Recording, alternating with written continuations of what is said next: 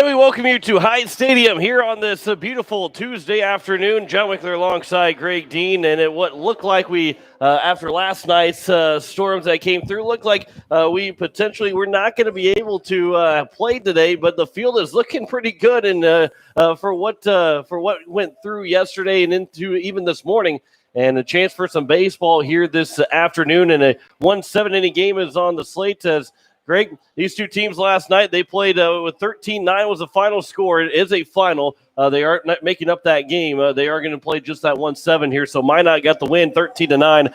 And Post State battled back down 10-2, came back down 10-9, ended up losing 13-9. But some positives and negatives in that game where, and really both those positives and negatives are pretty blatant from that loss last night. Yeah, and I think the biggest positive is that this is a team that really just has kind of figured out they're never really out of a ball game. I mean, they were down 10-2 last night after 2.5 innings, and then battled back. Actually, got it back to 10-9 after 4 innings, and unfortunately weren't able to complete the comeback. Between the Minot bullpen and the weather, they were just unable to complete the game. And so I think the biggest takeaway is this is a team that doesn't quit. We saw that up in the Minot tournament. They were down to Mandan and almost pulled that one out in the bottom of the 7th. So I think that's a big plus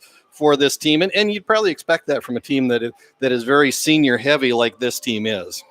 And for Post State, they had all seniors in that lineup last night, and a chance to see a couple of different juniors will be in the lineup here going into this game, as well as a couple of sophomores a sophomore here for Post State as well.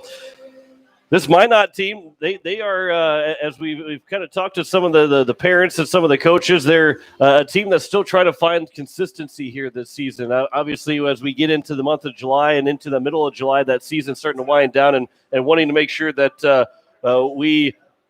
they have a solid July going into that state tournament. Obviously, the state tournament will end their season just like it will here in South Dakota, but trying to find that consistency and a younger team. And their bats have we've seen it a couple times when they played Mandan. Their bats came alive, and their bats came alive last night against both Sioux Falls East and Post State. And that's really what you're looking for from a coaching standpoint is much like we in South Dakota.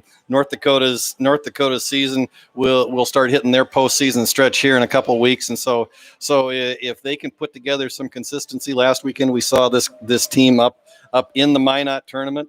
Didn't win a game up there, but then put together a couple pretty good performances yesterday offensively against Sioux Falls East and against Pierre Post State.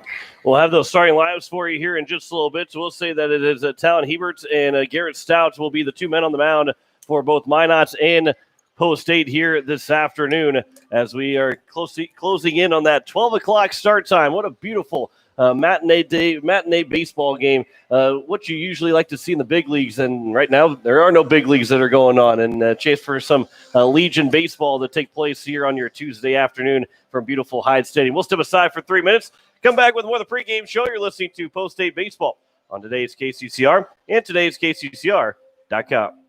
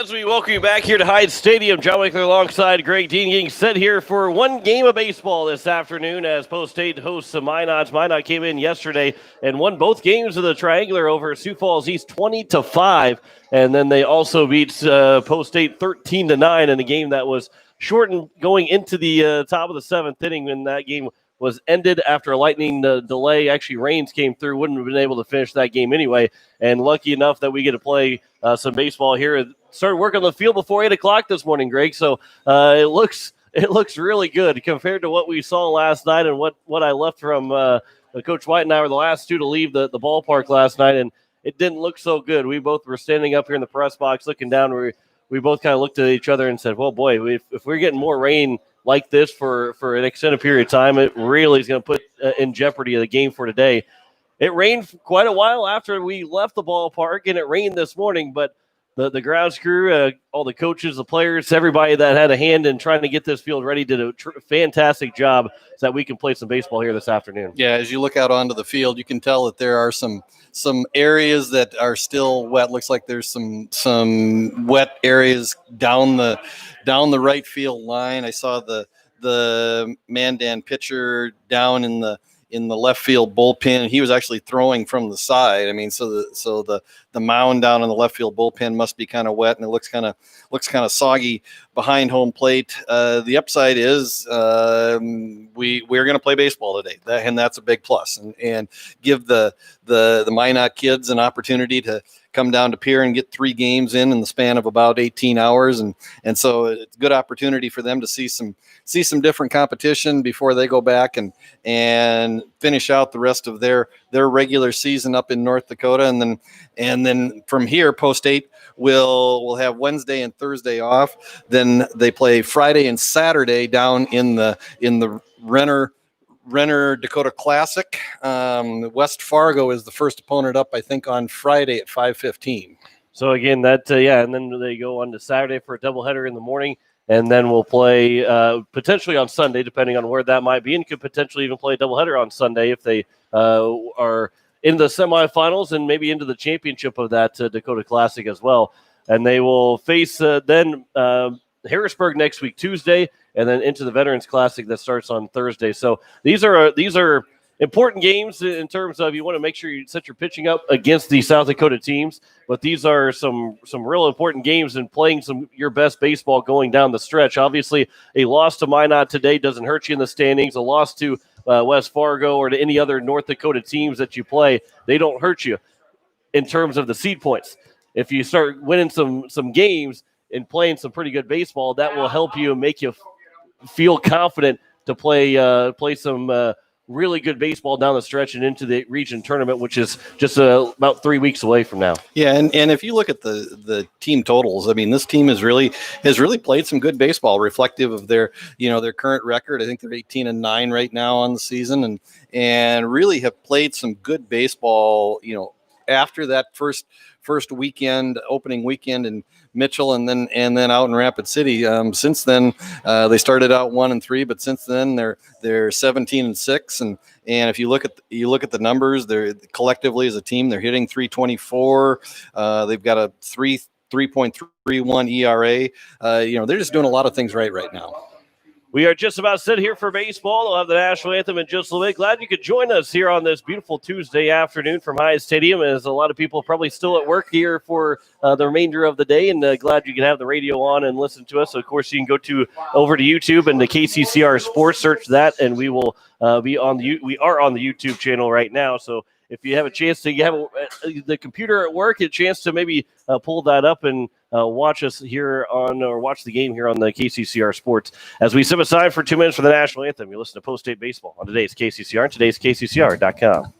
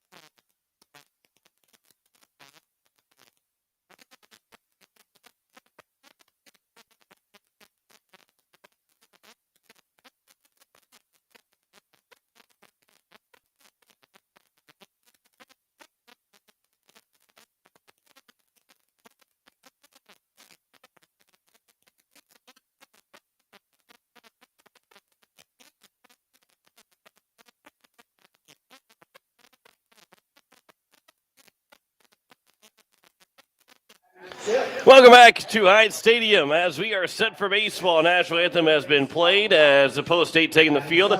Going through the starting lineups first for the Minot Vistas. Chase Burke will lead off. He's playing center field. Hunter Azika is the second baseman batting second. Derek Nygaard is the third baseman, or excuse me, the shortstop batting third. Dylan Bigestez, the DH, batting cleanup. Is Kersey Harris, the catcher, batting fifth. Calvin Watkins, the third baseman, batting sixth. Trent Greek is the right fielder, batting seventh. Aiden Almy is the first baseman, batting eighth. And Caleb Rain is the left fielder as he bats ninth here for the Minot Vistas. They will go against Garrett Stout, who will be on a short leash. You would think, Greg, that Stout will be not throwing over that threshold so he can come back and pitch on Saturday and maybe throw against Sioux Falls East, because out of the 3 games that you're guaranteed to play, that is a South Dakota team that you want to make sure that you beat, a Class A South Dakota team, I should say, that you want to beat. Yeah, absolutely, and so you got to figure that Garrett's probably on a fairly low pitch count. You got to wonder if he's probably going 2, maybe 3 innings today. This might be a game where it's sort of a bullpen by committee day, and just see if you can get a couple of innings of work. Again, this is a post-8 team that came into the season with a fairly deep pitching staff. We talked about it last night, and the fact that right now they've lost two of their probably top 5 or 6 pitchers to injury, and in McGuire Rasky and Aaron Booth. Although there is a potential that Booth might return before the end of the year.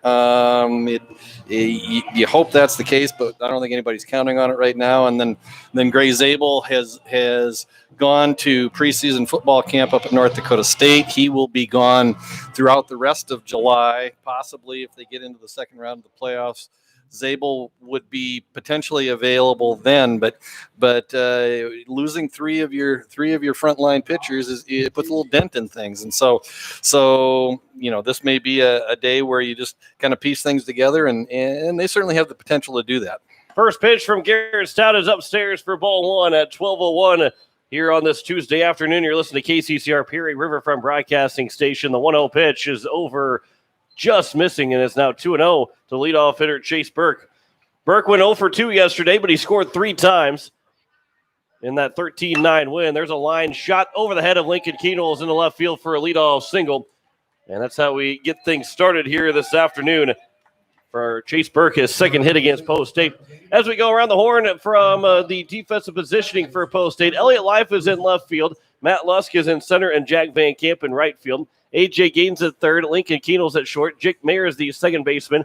Andrew Coverdale is over at first. Kate Hinkle behind the plate as he catches strike 1 from Garrett Stout to Hunter Razika, who is 1 for 6 so far in 2 games. He went 1 for 3 yesterday, also scored 3 runs. The top 3 guys in the order all scored 3 times each in the 13-9 win over Post State yesterday. It's now 0-2 to the second baseman, Razika.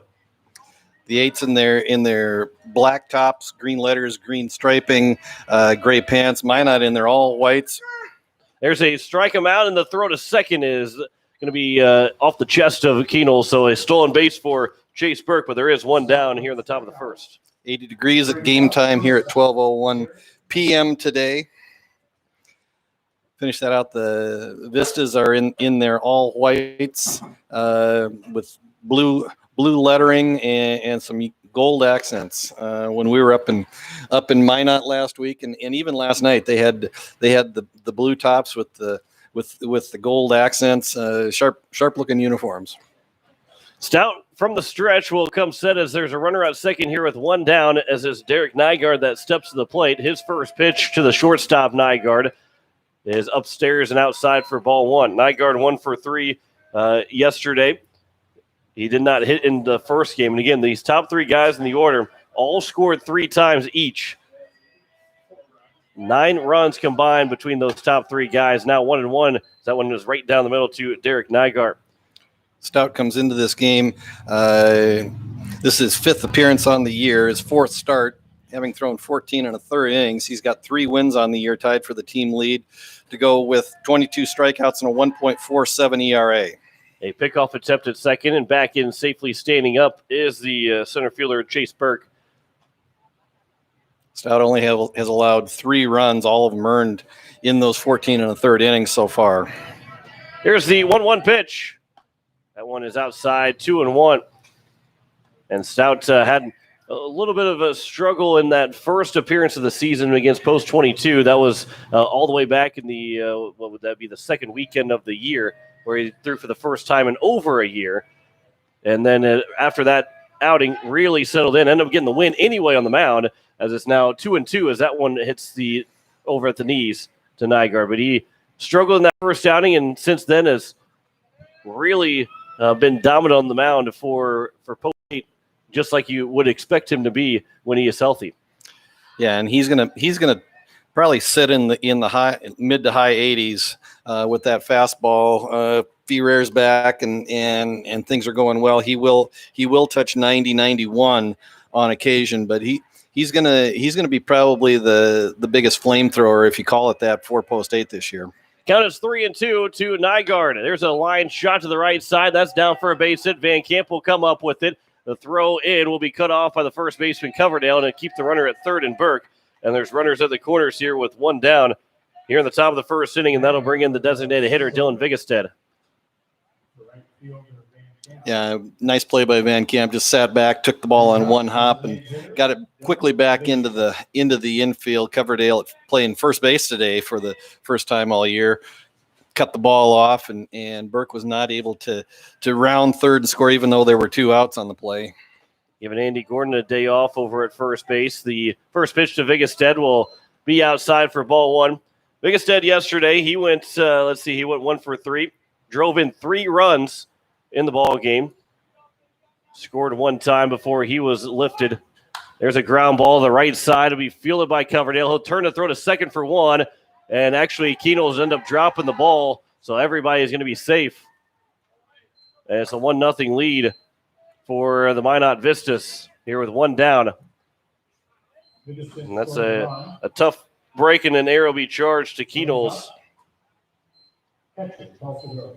Yeah, and that was just a situation where Coverdale tried to start the double play, and Keenholz just tried to get the ball out of his glove too quickly and didn't secure it before making the relay throw back to first, and again just tried to rush things just a little bit and came up with the error. And did not start the transfer motion to kind of plead the case that it was on the transfer. It was just in the glove and out of the glove. As the first pitch misses to Kersey Harris, who's still looking for his first hit against Post 8 this year. Now 1-1 to the catcher, Harris. Runners at first and second here with 1 down at the top of the first inning. Nygaard's at second, Vigestead at first. Burke came in to score on that ground ball. That would have at least gotten that second out. The 1-1, that was taken now 1-2 to the catcher, Harris. Harris went 0 for 2 yesterday. He did drive in a run, though. He struck out once as well. Stout will come set. Here is the 1-2 pitch. That one's chopped, and that one might have hit the bill of the helmet of Harris and catches a break instead of coming up and hitting him potentially in the head. Yeah, that ball had a significant amount of backspin on it, and just came off of the front part of the plate and spun back up, and like you said, John, just hit him in the side of the bill on the helmet, and luckily it did not hit him, come up and hit him in the nose or the cheek, which, you know, the way that thing came up could have done some pretty substantial damage to his face had it hit him square. So the count remains at 1-2.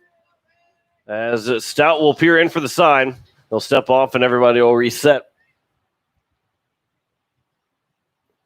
As crowd still filing in here on this Tuesday afternoon. Started at 12:01. Here, a 1-7-inning ball game.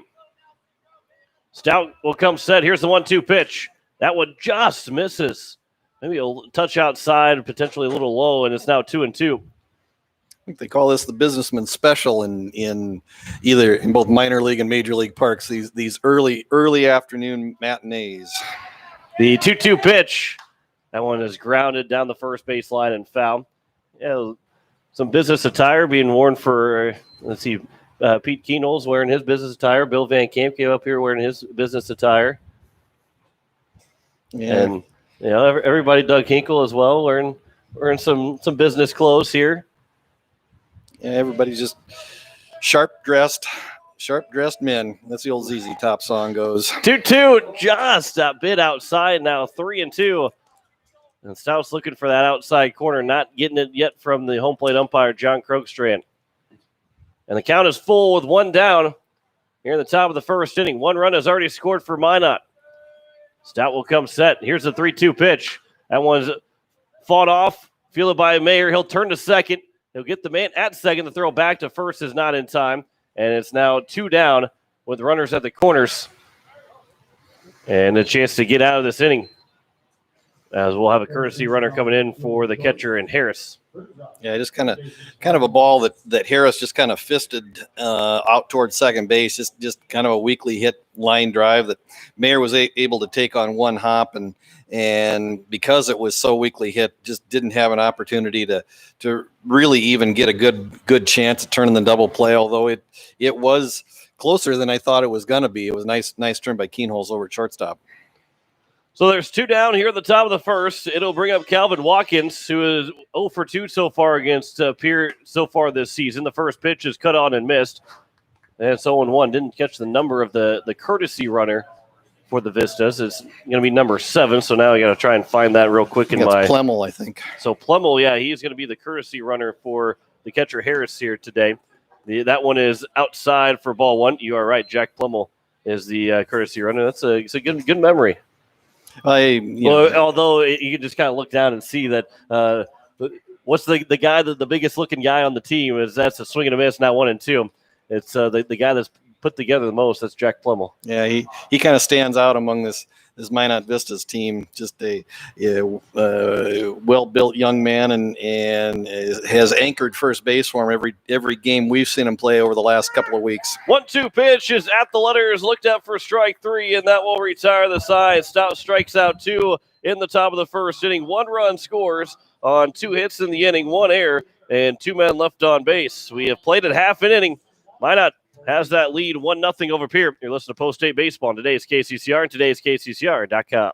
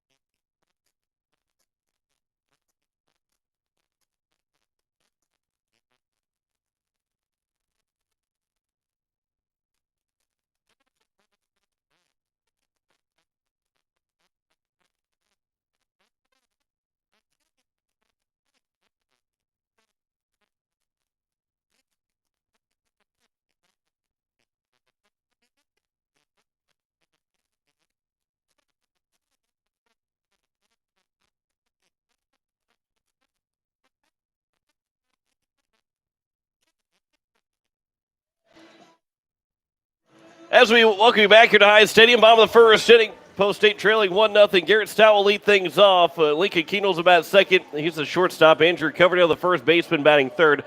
A.J. Gaden will bat fourth in the cleanup spot. He's playing third base. Matt Luss, the center fielder, batting at fifth. Jack Van Camp is out in right field, batting sixth. Jake Mayer, the second baseman, batting seventh. Elliot Life will get a chance to bat, playing left field, batting eighth. And Kate Hinkle rounds out the order, batting ninth, catching here for Post State. They'll go against Talon Hebert, who's on the mound for the Minot Vistas. And in the 2 games, they haven't seen Hebert throw yet against this Post State team. As the day yesterday, we saw in terms of Logan Merck, Trenton Greek, and Derek Nygaard were the 3 guys that threw for the Minot Vistas. Nygaard's thrown against Post State twice. Kersey Harris, the other guy that has thrown against Post State. So here is Talon Hebert that will stand against Garrett Stout, who led off yesterday in the bottom of the first with a home run. The first pitch is missed low for ball 1. Yeah, Stout comes into today's game with the lead in a number of offensive categories for Post State, coming in hitting .427, 35 hits in 89 at-bats.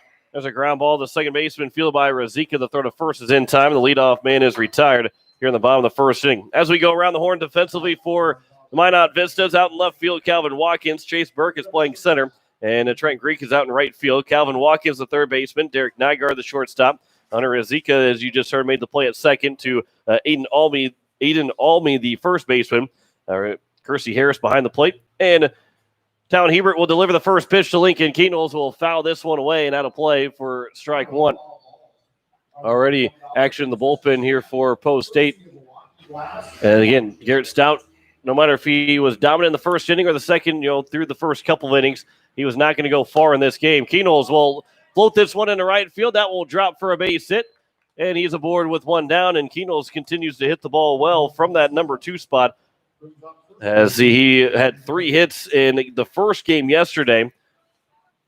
Last night against Minot, he went actually did not play in the game against Minot last night, so he picks up right where he left off in the Sioux Falls East game.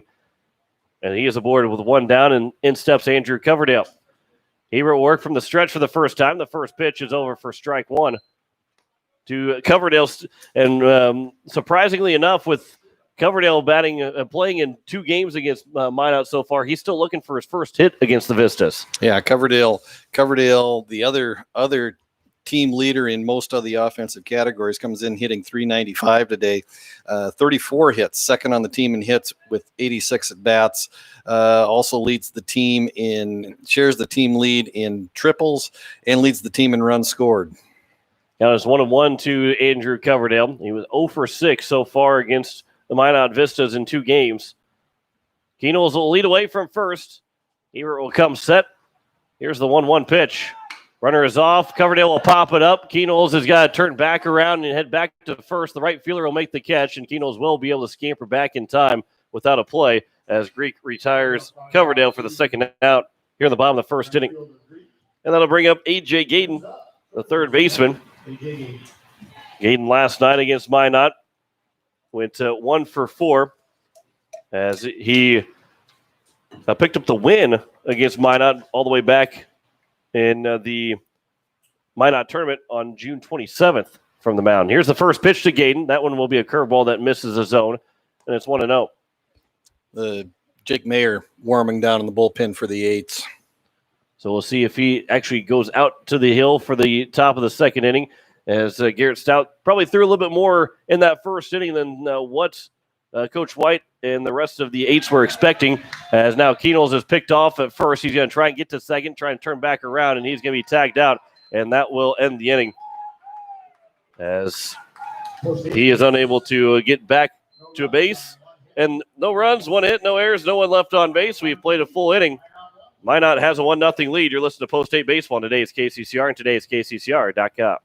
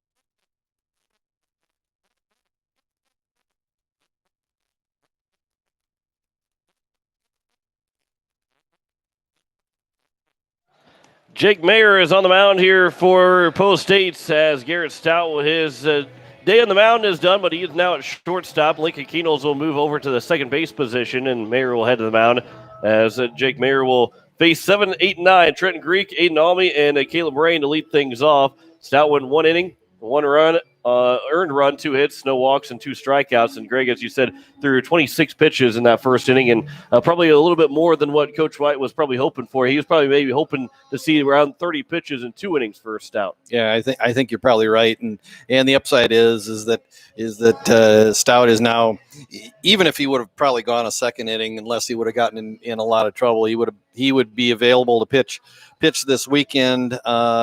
Probably will get we'll get the game against Sioux Falls East on Saturday. Would be my guess. We talked about that off air, so that would be a presumption at this point, but that's what would seem to make sense right now. Yeah, you're trying to save your 1 and 2 guys to throw against the South Dakota teams in these tournaments because you're maybe not so. Obviously you want to win the tournament, but your main focus is winning the South Dakota Class A teams that you're facing in these 2 tournaments this coming weekend and the following weekend out in Rapid City for the Veterans Classic. Those are your 2 main goals. If you're not going to win any games, but just a couple, those are the games you want to win. Everything else is kind of then turns into a bonus for you going in here late in the season. First pitch from Jake Mayer to Trent Greek is over for strike 1. Mayer is in here for the game, as I believe you had some stats you're about to break down for us here after this 0-1 pitch. Misses low for ball 1. Yeah, 4th appearance of the year for Jake Mayer, 14 innings. His 4th appearance, he is 2-1 on the year, 2 wins, 1 loss, 9 strikeouts. And a 4.00 ERA, and Jake had 2 really good outings early in the year. Got roughed up against Bismarck up in the Minot tournament a week ago, and so we'll see if Jake can shake that off and come back and give Post State a nice outing today. Here's the 1-2 pitch. That one's popped up right in front of fair territory. Cade Hinkle will make the catch right outside the first base line. That's a tough play for the catcher, Hinkle, to make. He was the only one that really had a good chance at it, and he was able to make the catch, and the leadoff man is retired here to open up the top of the second. And just we talked a little bit about what kind of havoc the weather raised around here last night and the work that was done to get this field in playable shape. I'm looking at a tweet from Sioux Falls Post 15 East. They have a doubleheader scheduled today against Sioux Falls West, and Harbin Park is unplayable, so that game has been moved to Augustana University, and they said Augustana is not allowing any spectators. So the game is only available via streaming and on Game Changer. Yeah, as the count is 1-1. And I was about to make that comment to you when you said it was going to be at Augustana, as the 1-1 to Aiden Almy is over for strike 2, and is now 1-2. Because of all the colleges have been shut down, I was not thinking that there would be any chance that they would play at Augustana this year for any kind of high school games. It's always swings and misses, and there's now 2 down. But not allowing any spectators, that sounds about right, as most of these colleges have to follow the protocol that has been set. The precedents have been set that there's not been – you can't have guys over at some of those facilities. As the number 9 hitter in Caleb Rain will look at ball 1 to Jake Mayer, who's got 2 down here in the top of the second, the first 2 guys he's faced. And that's what, last year in the Dakota Classic in that semifinal championship is at Augustana. If we would have had that same Dakota Classic with still the colleges being closed, we would not have been able to play those championship games at Augustana. 1-1 count, pitch is outside 2-1.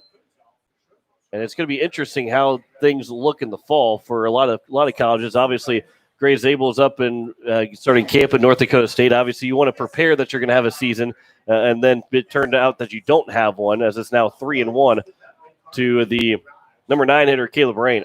Yeah, and I've seen some news reports. The NAIA is delaying the start of football practice for their member schools. Usually they're going early in August. They're not starting practice until August 15th. They're cutting their number of games from 11 down to 9, and so just all kinds of new and different accommodations being made to try to salvage some form of activity today. It was a 2-out walk to Rain, and now here's Chase Burke. He is 1 for 1. He singled back in the top of the first inning to lead things off. He scored the game's only run so far. Pickoff attempt, and diving back in safely is Rain. And that's, you look at the pros, really the colleges are going to have the hardest times trying to get things back to normal, or I guess just playing in general, as it's now a 2-0 count to Chase Burke, because you got to have school to have those games. Well, and then you're traveling across the country. At least in major leagues or in the professional leagues, there's no schooling. You can bubble those guys like the NBA and the NHL are trying to do, as it's now a 2-1 count to Chase Burke. high school, you're most likely staying inside the state, and you can really restrict that to stay inside the state. Here in South Dakota and even North Dakota for Minot, the numbers are lower, so you can have a potential of easier way to get back to playing in the fall than it is for any of the colleges that would play having to travel across the country. Yeah, absolutely. And I think you're right. I mean, the difference is you can put professional athletes in a confined area. That's the only thing they need to focus on. But with college athletes, obviously they need to go to class. They're going to interact with people, whether it be other people living in their residence hall or just on campus. And so it's going to be much more difficult for those athletes to keep them healthy. The 3-2 pitch is a check swing that goes to the first baseman Coverdale, and I'm not sure how he was able to field that without going to the backhand. He was somehow able to snag that and make the play to the bag himself at first and retire the side, and that will end the inning in the top of the second. No runs, no hits, no errors, one man left on base. We played an inning and a half. Minot leads Post State 1-0. You listen to Post State Baseball on today's KCCR and today's KCCR.com.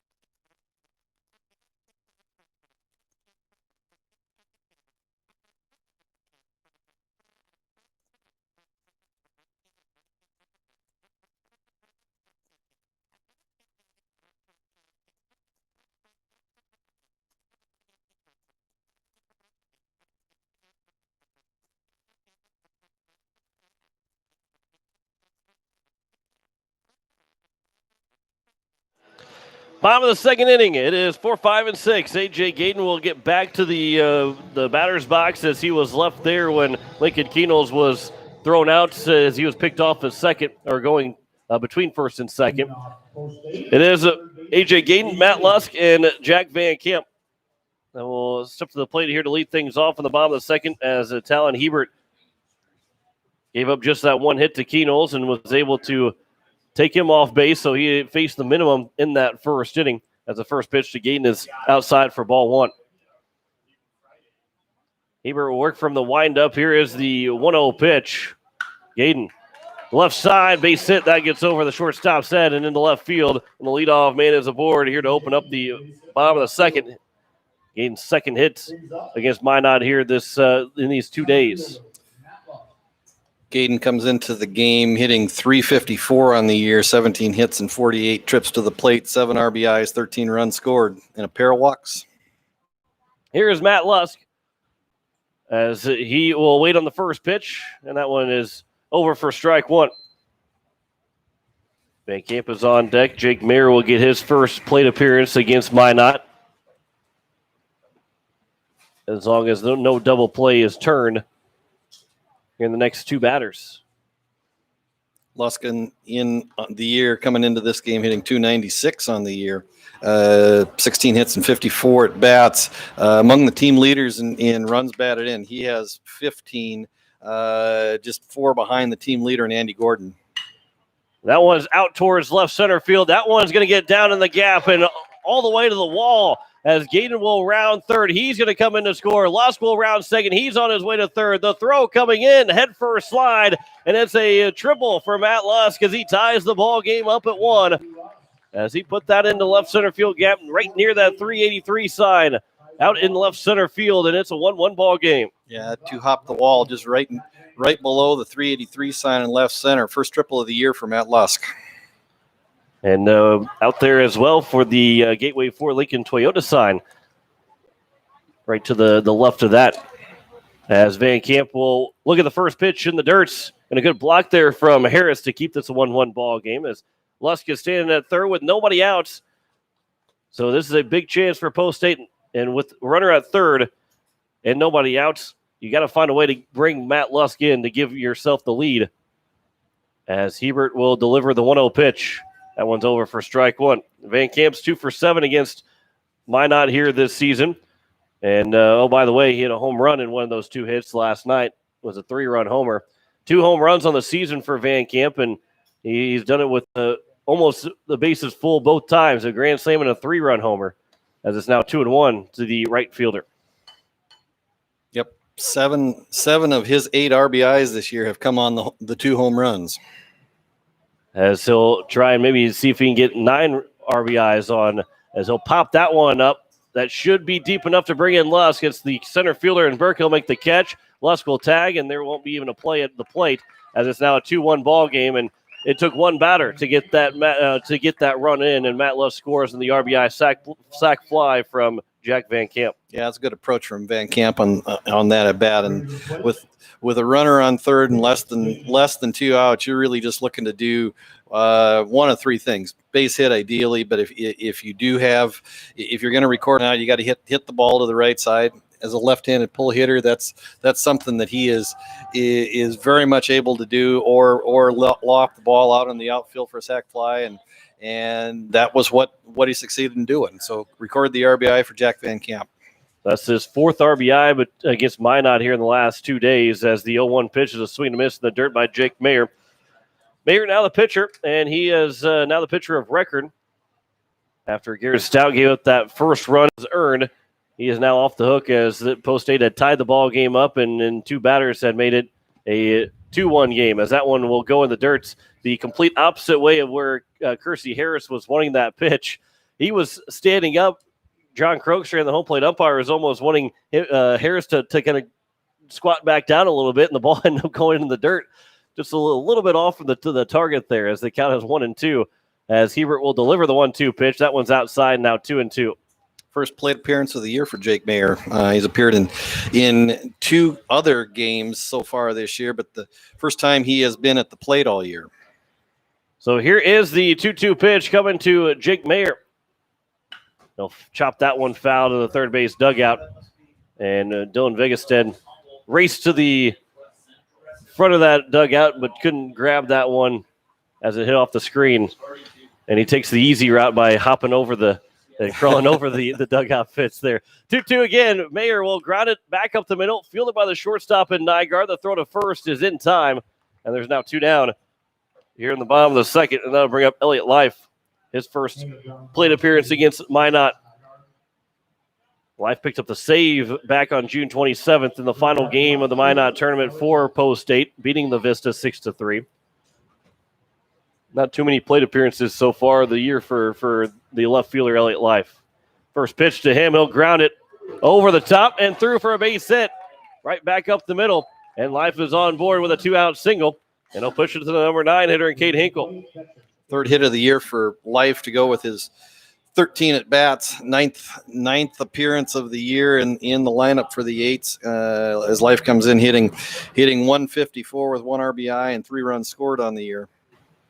Here is Cade Hinkle. He's 1 for 6 so far in 2 games against the Minot Vistas. He'll bat here with 2 down and a chance with the runner at first. Life will take off, and he'll have to slow down and get to second base as Hinkle is hit by the pitch. And now he'll get back to the top of the order for Garrett Stout, as Stout's got his bat caught in the netting in front of the first base dugout. And so now there's first and second. Coverdale was able to get it out for him and toss him the bat. And something you see every day, Kobe Carr will come in and run for Cade Hinkle over at first base. Go to the ballpark, see something new every day. I've never seen that before, where Stout was about to go to the plate with a different bat because he couldn't get out of the netting. First pitch to Stout is taken for strike 1. Yeah, and again, you every time you go to the ballpark, you're likely to see something you hadn't seen before, and that may be the one thing we see today is unable to get your bat out from the dugout netting. That one will be a pitch in the dirt, and a good block there from Harris, and Life unable to advance to third. Obviously, with 2 outs, you got to be sure if you're going to take third base, don't want to make that first or third out at third base. And, well, for Stout, thank goodness for Andrew Coverdale to be able to get that bat out of the netting. Here's the 1-1 that is over for strike two. Stout maybe not agreeing with that call. Will nod his head, though, and is now 1-2. And have to protect to try and drive in that run at second in Elliott Life. From the stretch, here's the 1-2 pitch. Stout will ground to the first baseman, and a good backhanded stop there by the first baseman in Almy, and he will step on the bag himself to retire the side. But Post State does take the lead here in the bottom of the second inning on a RBI triple from Matt Lusk and an RBI sac fly from Jack Van Camp. 2-run score on 3 hits in the inning. No errors and 2 men left on base. After 2 innings, Post State leads Minot 2-1. You're listening to Post State Baseball on today's KCCR and today's KCCR.com.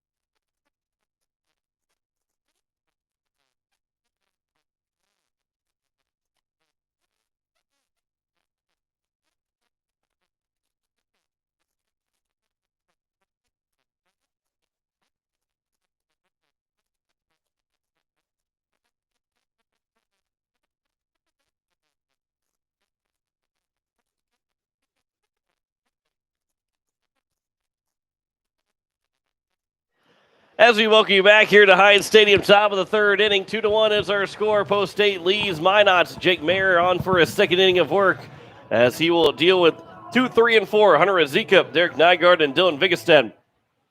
As Post State has got that lead now, Garrett Stout is off the hook. He threw in the first inning. Gave up that first run of the ball game. As Jake Mayer will deliver the first pitch. Azika over for strike one. And Greg, you talked about that's the 20th pitch of the game so far for Mayer, as he's got plenty to work with right now to be available for Friday, but still we'll probably keep an eye on that number as well as that second number here to be eligible to pitch on Saturday again. Yeah, and Gap does not able to make the catch as rounding second and trying to head for third. The throw from Keenels to the third baseman, Gaden. He lays the tag down, but it's going to be a leadoff triple for Hunter Azika. And the tying run is 90 feet away with nobody out here in the top of the third inning. Yeah, and that ball just looked like it just kind of kept carrying and kind of got up in the wind. The flag out in center field really isn't blowing a lot. But then if you look down at the flag down in front of American State Bank, I mean, it's a lot stronger wind than maybe what we give it credit for. First pitch swinging from Nygaard. He'll fly it out to center field. Lusk is able to make that catch, but tagging and scoring is Razika. And another sac fly RBI in this ball game. This one goes to Minot from Derek Nygaard.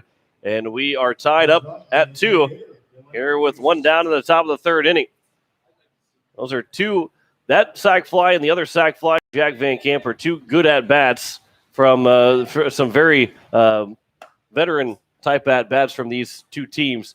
And a game that, we saw 22 runs scored between the 2 teams, but I think that's not going to happen again here in this ball game, as Vigestead will lace this one to left field, but right at Elliott Life. He took one step back, right back to where he was, and Vigestead is retired for the second out. But you take advantage with nobody out and a runner on third. That's in both in the bottom of the second here, the top of the third. Find a way to get it done, and they made sure that both those guys came up to the plate and got it done in that first at-bat. As the first pitch is grounded to the third baseman, Gaden. This could be a quick inning here for Jake Mayer, and it will be an inning ending. Although they give up 1 run, boy, Jake Mayer only threw about maybe 6 pitches in that top of the third inning as Gaden retires Kersey Harris on the first pitch. 1 run on 1 hit, no errors, and no one left on base. We've played 2.5. It's tied up at 2. You're listening to Post State Baseball on today's KCCR and today's KCCR.com.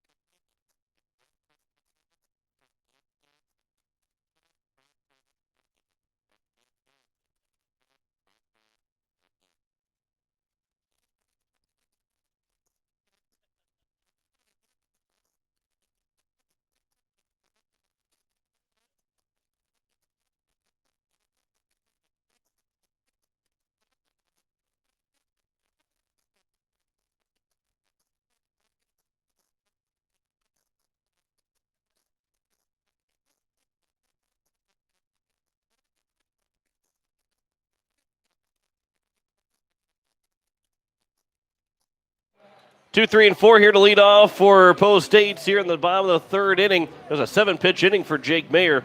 Although he gave up a run, still got out of that really quick. Only 26 pitches through his 2 innings of work now as John Winkler alongside Greg Dean here at Hyde Stadium. Beautiful Tuesday afternoon. And, the sun's beating down and feels really good here in the press box. It'll take this all day long here this afternoon. Absolutely. It's just a good day for baseball. I mean, any day is a good day for baseball, but the sun is out, the wind is blowing. We're not being visited by our little friends coming through the open window like they did last night about 11 o'clock. The first pitch to Lincoln Keno is over for strike one. Yeah, we were getting some visitors at 13 hours before this game started. Yeah, the bugs were starting to fly. They were trying to find some shelter ahead of the storm last night. A 1 pitch. Kenols will rip it into center field. That's down for a base hit, and he is now 2 for 2 with 2 singles. And moving up to that number 2 spot has been a good start here for Lincoln Kenols in this couple of weeks or a couple of games that this has been a little bit of a test run as the lineup has all kind of been shifted since Gray Zabel has left here from Post State. Yeah, he's definitely in a zone right now. 3 for 3 in the first game last night, and then did not play in game 2 as Coach White went with that all senior lineup. But then 2 for 2 again today so far. So he's feeling it right now. And once you get into those zones as a hitter, you want to stay there as long as you can. The ball looks like a beach ball coming up to the plate sometimes. First pitch to Andrew Coverdale misses for ball 1. Here's the 1-0 pitch, and that one misses now 2-0. I can tell you, as quick as that the ball continues to get bigger, looking like a beach ball coming in, it will absolutely shrink on you, looking like a pea coming in to the plate because you cannot get a base hit. As soon as you get into a nice, steady groove, it likes to mess with your mind and really throw you into a slump as quick as you got into becoming hot. Here's the 2-0 is over, now 2-1 to Andrew Coverdale. He's still looking for his first hit against Minot here this season. 0 for 1 flew out to the right fielder. Kenols will dive back in safely at first in the pickoff attempt. One down here nobody out here in the bottom of the third inning. As the Kenols leads away from first base, the 2-1 pitch upstairs now 3-1 to Andrew Coverdale. Yeah, 3-1 hitters count right here. You got to wonder if maybe Keenholz is off with the pitch or some kind of a hit and run play, something Coach White likes to do a lot of. These 3-1s, a swing and a miss by Coverdale, looking like he was trying to throw that over to the Boys and Girls Club that just got built. Trying to swinging out of his shoes on that one. It wasn't a good spot for Coverdale to try that. Now it's 3-2. Got to protect. Here's a 3-2 pitch. That one will either hit Coverdale. Looked like it might have got a piece of Coverdale. Either way, it's ball 4, and it's now first and second with nobody out here in the bottom of the third inning. Now bringing A.J. Gayden. I think it was just ball 4. I didn't see home plate umpire John Krugstrand throw his hands up to declare a dead ball. But now I wonder if Keenholz is he's acting like maybe he's got a little bit of a leg issue as Coach White walks out towards second base. And Keenholz, I noticed on that last pitch, he had a really short lead off of first base, and he looks like maybe it's either a groin or a hamstring issue that he might be dealing with. And you certainly hope not, as hot as he has been at the plate. You hope that it's nothing that's going to linger if there is anything wrong. First pitch to A.J. Gayden's missed for ball 1. Yeah, he had a really small lead, and even when he was taking that lead off at second, it looked like he was kind of favoring that left leg. Still kind of is a little bit. As the 1-0, Gayden will rip it into right field. Going back onto right field, he's going to get over his head, and it's going to get down. Coverdale's going to chase it. Keenholz is slowing around third base. Coverdale's going to try and score right behind him, and both runners will score in a matter of 2 steps. And it's a 2 RBI double for A.J. Gayden, and Post State now up 4-2. And Keenholz is really laboring and favoring that leg as he comes in to score. But it's a 4-2 lead here for Post State. And that'll bring in Matt Lusk. As we do have action somewhat in the left field bullpen, not too much of in the bullpen, as the first pitch to Matt Lusk is taken for strike one. Try and get you that name here of who that is out warming up, as it is, I believe, Jack Plummel. Yep. No, number 14. Okay, not seeing a 14 on here. Actually, Dylan Vigestead is the man that's warming up. That one's out to right field. That one's going to be caught by the right fielder. Gayden will get over to third on the fly ball. And Matt Lusk is now 1 for 2. Almost had himself a second triple. And it's a runner at third with one down here in the bottom of the third and a 4-2 lead for Post State. And that'll bring in Jack Van Camp, who already has one sacrifice fly in his first plate appearance. With a runner at third, he could do it again. First pitch, swing and a miss, and it's 0-1. Yeah, and Trent Greek out in right field has been having some trouble keeping his cap on out there. That cap has flown off about every time he's made a move to chase down a fly ball. Van Camp will fly this one out of play behind home plate, and it's now 0-2. He either needs a little bit tighter of a hat, and because I don't think he probably wants to get a haircut. He's got a good mop going on the top of his head. I don't think he really would like to get rid of that. Maybe get that hat just a size tighter. The 0-2 is high and outside, and it's now 1-2. Harris was standing up almost in the right-handed batter's box, looking for that pitch to come high and away to Van Camp. A lot of traffic on Capitol Avenue right now as we're over nearing the end of the lunch hour here in the capital city, and the foul ball that Van Camp hit on the first pitch just about took a car passing by Hyde Stadium. You drive at your own risk when there's a game in Hyde Stadium going on. You drive on Capitol. The 2-2 is high and outside, now 3-2. To Jack Van Camp. On deck is the pitcher, Jake Mayer. As Hebert will come set. Here's the 3-2. Van Camp swings and misses. Pitch in the dirt, so he's going to take off for first. And Van Camp is out, although it looked like the pitch was in the dirt. But he is recorded out, so there is 2 down.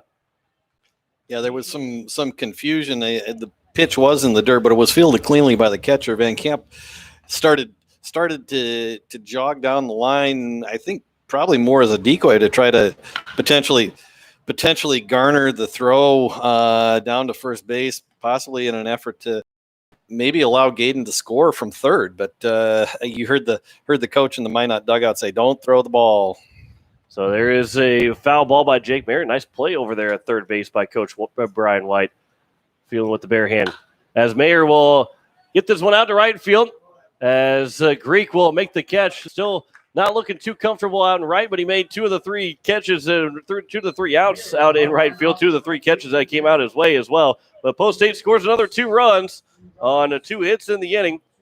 There were no errors and 1 man left on base. We have played now 3 innings, and Post State has a 4-2 lead. You listen to Post State Baseball on today's KCCR and today's KCCR.com.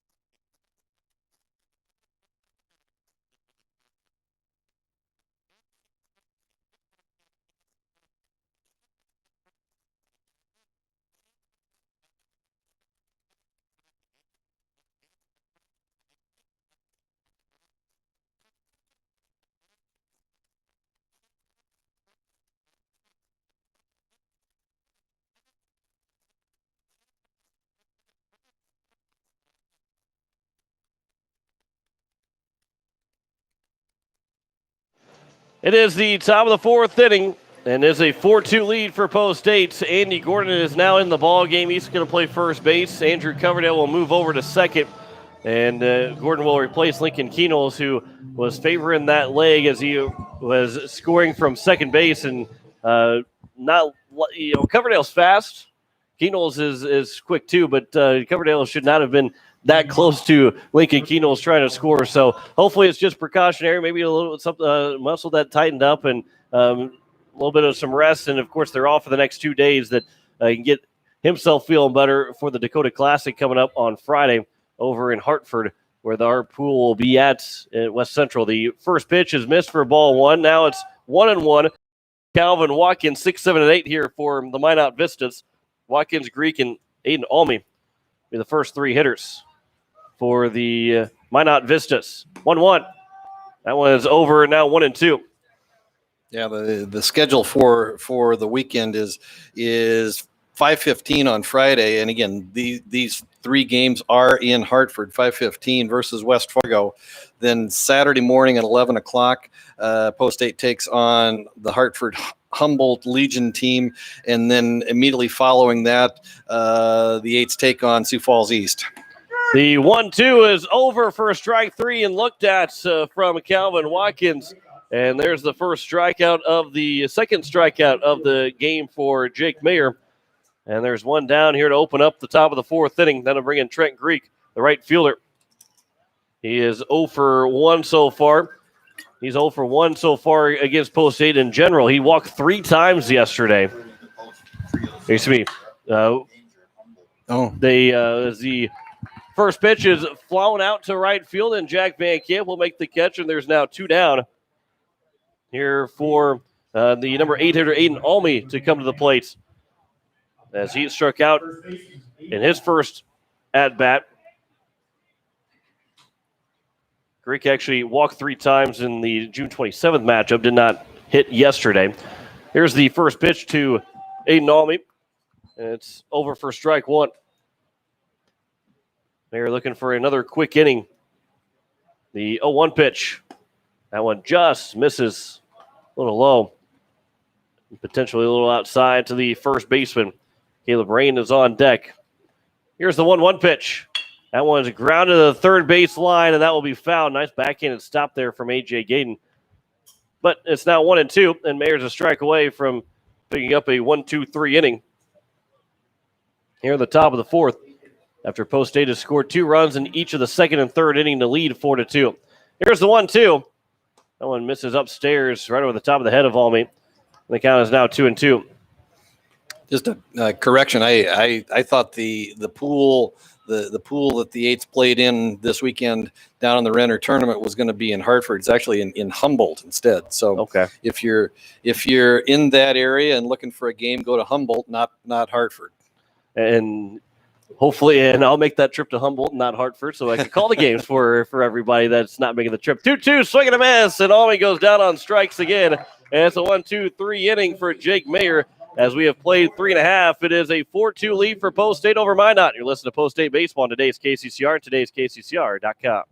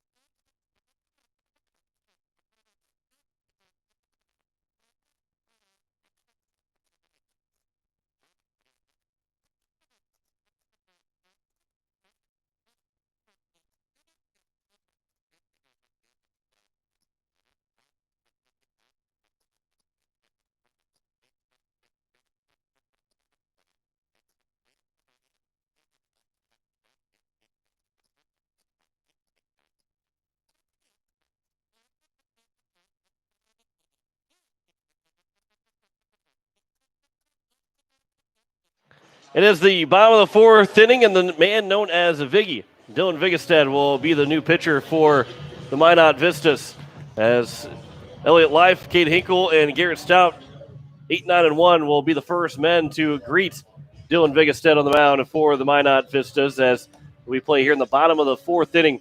4-2 is our score. Post State leads. 4 runs on 6 hits so far for Post State. They have 1 error in the ball game. 2 runs on 3 hits for the Vistas. As here for the Eights, looking to increase their lead, although that closed the book on Talon Hebert, who gave up those 4 runs in those 3 innings of work.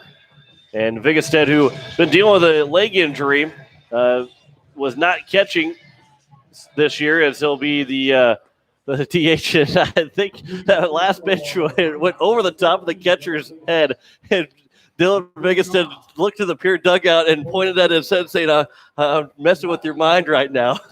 Yeah, that's the old Bull Durham line of I wouldn't dig in if I were you. Here's the first pitch to Elliott Live. He'll swing at that one, and that one go back up the middle. Fielded by the second baseman, Razika. The throw to first is in time, and 1 pitch and 1 out for Dylan Vigestead. And that'll bring up the number 9 hitter, Cade Hinkle. Oh, man, that was great. Right over the top of the catcher's head, nowhere close to the strike zone. And it, with no hesitation, just looked in the Pierre dugout and started pointing to his head, saying, "Yeah, I know what I'm doing." The first pitch to Cade Hinkle coming in. He'll swing at that one, and that one will be out towards center field. And in 2 pitches, we have 2 outs as Chase Burke will make the catch. And now it'll bring Garrett Stout in. Greg, I'll bet you lunch that Garrett Stout's going to take this first pitch. You would hope so. So are you going to take that bet with me here? I think I'm going to leave that one alone. Greg does not want to buy me lunch, as Garrett Stout will look at the first pitch. If that one misses high, he wasn't going to swing at that one either way, as that one's upstairs for ball 1. So I missed out on a chance for free lunch from Greg Dean. Here's the 1-0 pitch. That one's over for strike 1. I think I might owe you lunch, as many times you've been helping me out this season. Yeah, that's all right. But yeah, that was a sucker. That was a sucker bet right there. The count is 1-1 to Garrett Stout. That one misses upstairs. Now 2-1. Hey, it was a long night last night. A quick turnaround here this morning. I thought maybe I could throw a quick one past you. Here's a 2-1 pitch. Stout will sky this one out in the right field, and the catch is made by Greek. A lot smoother of a catch out in right field by Greek, and that will retire the side as Vigestead will get a 1-2-3 inning in the bottom of the 4th. We head to the top of the 5th. It is a 4-2 lead for Post State over Minot. You're listening to Post State Baseball on today's KCCR and today's KCCR.com.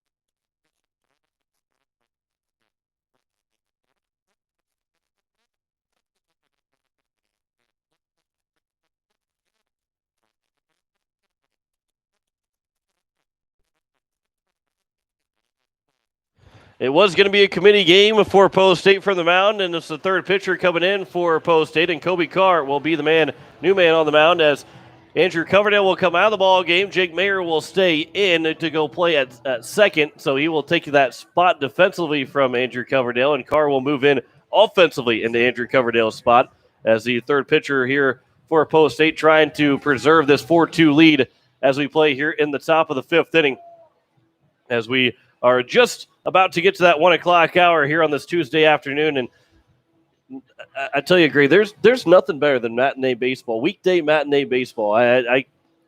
There's nothing that you can convince me is better than weekday matinee baseball. Yeah, it's just a lot of fun, especially if you get a good weather day like this. We were 80 degrees at game time, and so the weather is cooperating after a round of thunderstorms came through the capital city last night, and so now as we start the top of the fifth inning, we get our first look at Kobe Carr for the first time in about almost 2 weeks now. I'd have to go back and look and see when the last time he pitched was. As leading off here for Minot is going to be Caleb Rains, the left fielder. Not quite sure what the holdup was. Home plate umpire John Krugstrand was out from behind home plate looking down the right field line, but I couldn't really tell what the delay potentially was. First pitch swinging. Andy Gordon will try and track it down near the dugout and just ran out of room, and actually it landed in the field of play, but Gordon held up just in time. As he points down the track, saying he heard the track, or he felt the track as he stepped onto it, so he didn't want to run straight into the dugout. And it's just a strike one to Caleb Rain, who walked in his first plate appearance. 9-1-2 here in the top of the fifth for the Minot Vistas. Kobe Carr works from the stretch. Even open up an inning. Here's the 0-1 pitch. Curveball that's over for strike two. Rain buckled a couple times, couldn't pull the trigger. And it's a quick 0-2 count. Here to the number 9 hitter. Fifth appearance on the year for Kobe Carr. 12 2/3 innings pitched. He's 1-1 on the year. Has allowed 9 runs, 5 of them earned. And Jack Van Camp comes in, makes a tremendous sliding catch in the shallow right field. That ball came up in the air. I thought it was either Matt Lusk or Jake Mayer that had the only 2 chances, and Van Camp comes sliding in and to retire the leadoff man to open up the top of the fifth inning.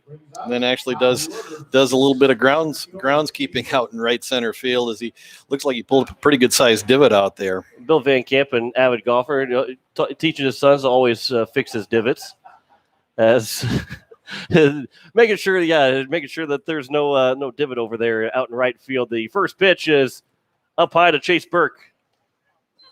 He is 1 for 2. In Carr's 12 2/3 innings, he's allowed 9 walks, 8 strikeouts, 2.76 ERA on the year.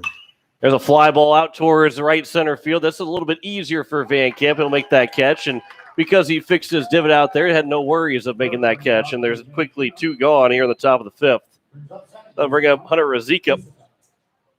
He is 1 for 2.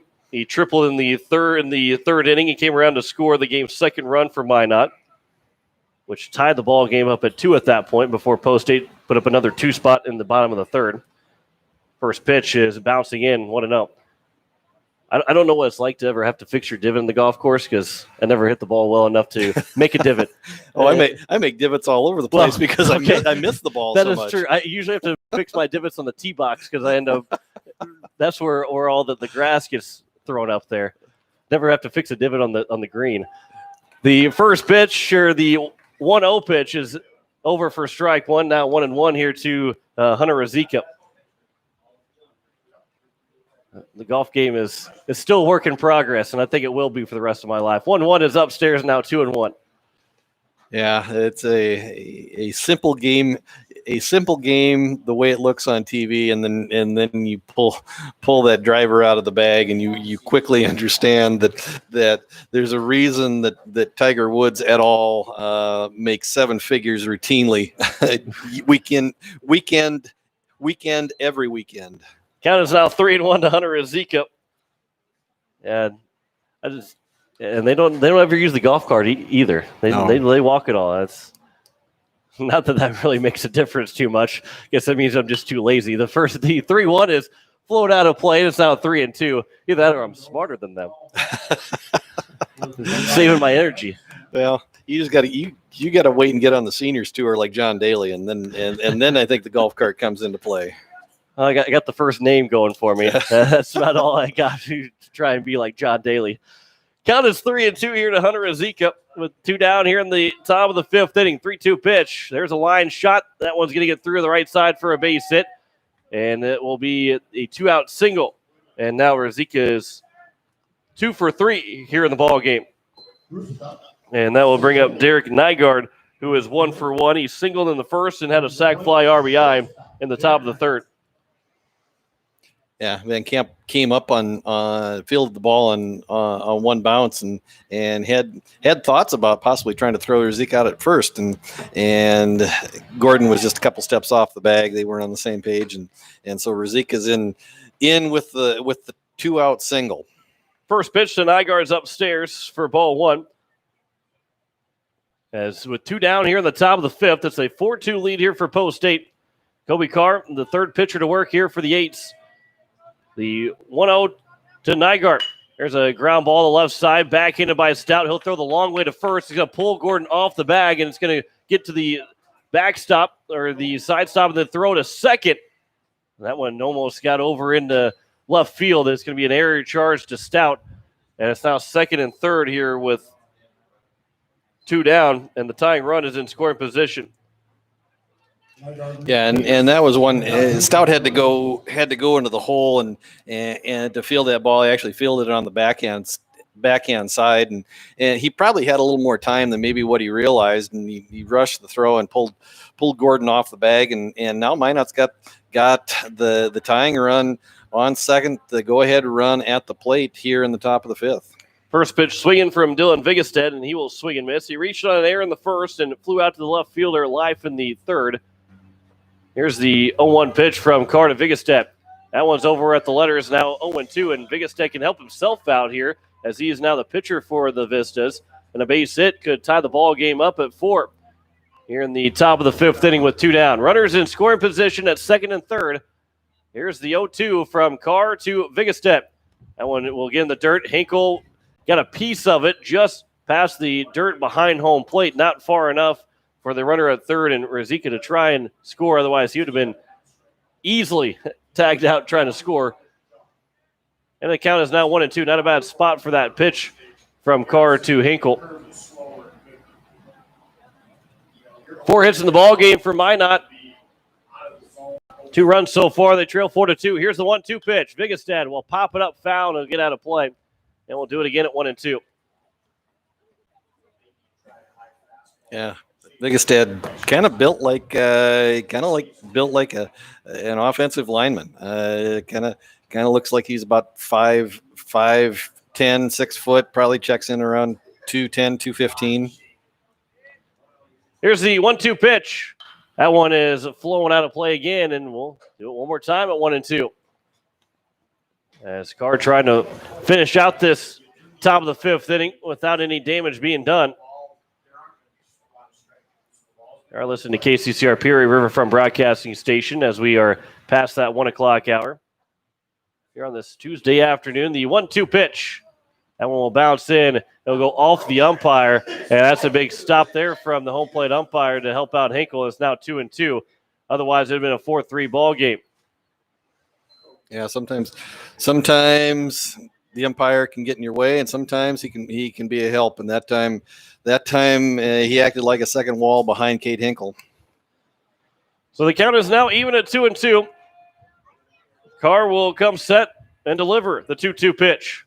That one's outside now 3-2, and Vigestead, who is down 0-2 in the count, has fouled off a couple of pitches and has made his way back to now full count. On deck is the catcher, Kersey Harris. Outfield straight away here for Vigestead. Carr comes set. Here's the 3-2. He'll end up walking Vigestead, and the bases are now loaded with 2 down. And here is Kersey Harris as Peyton Zabel will make his way out. We'll have also a courtesy runner for Vigestead. It'll be number 9, I believe that's Talon Hebert.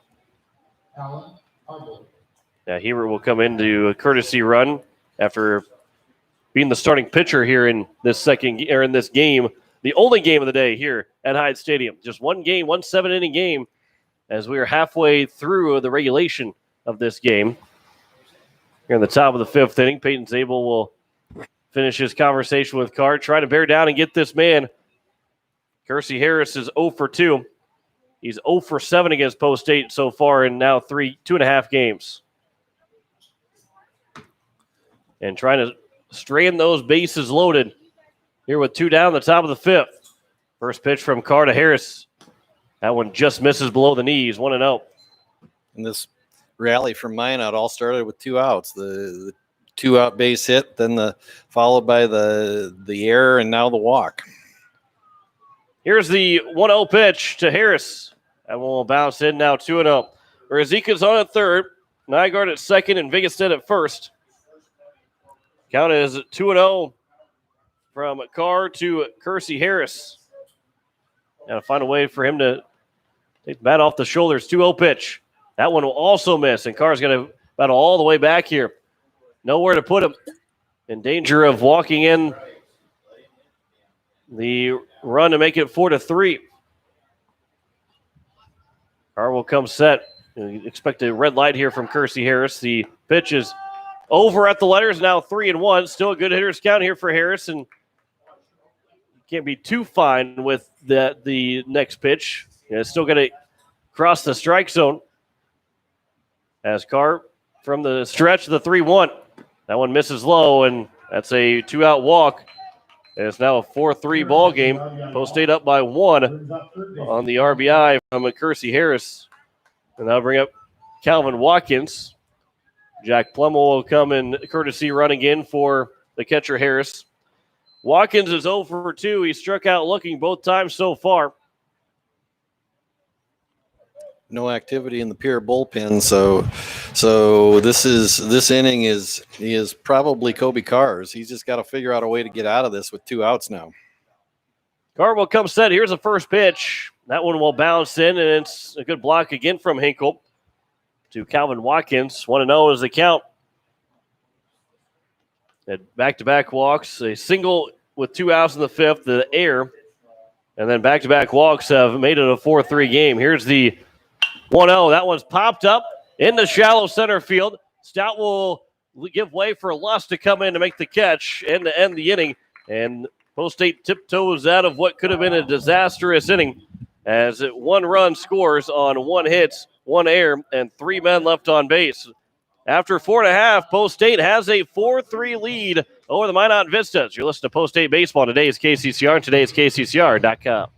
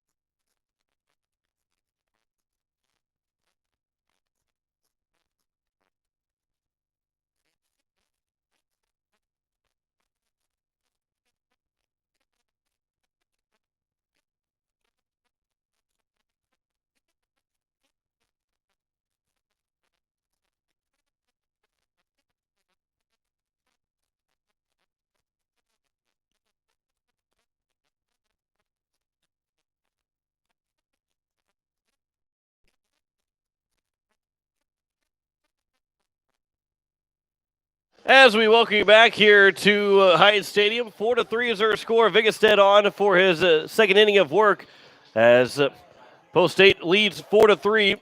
It'll be Andy Gordon, Kobe Carr, and A.J. Gayden. Both Gordon and Carr getting their first at-bats of the ball game here in the bottom of the 5th inning, trying to increase that lead once again as Minot pull within 1. And John Wickler alongside Greg Dean here in this here at Hyatt Stadium in this Tuesday afternoon ball game. Here is Andy Gordon hit for the first time here in this ball game.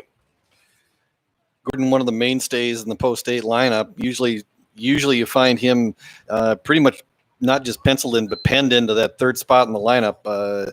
Comes in hitting .366, 26 hits and 71 at bats. He does lead the team in RBIs with 19 to go along with 4 doubles, 2 triples, and a home run.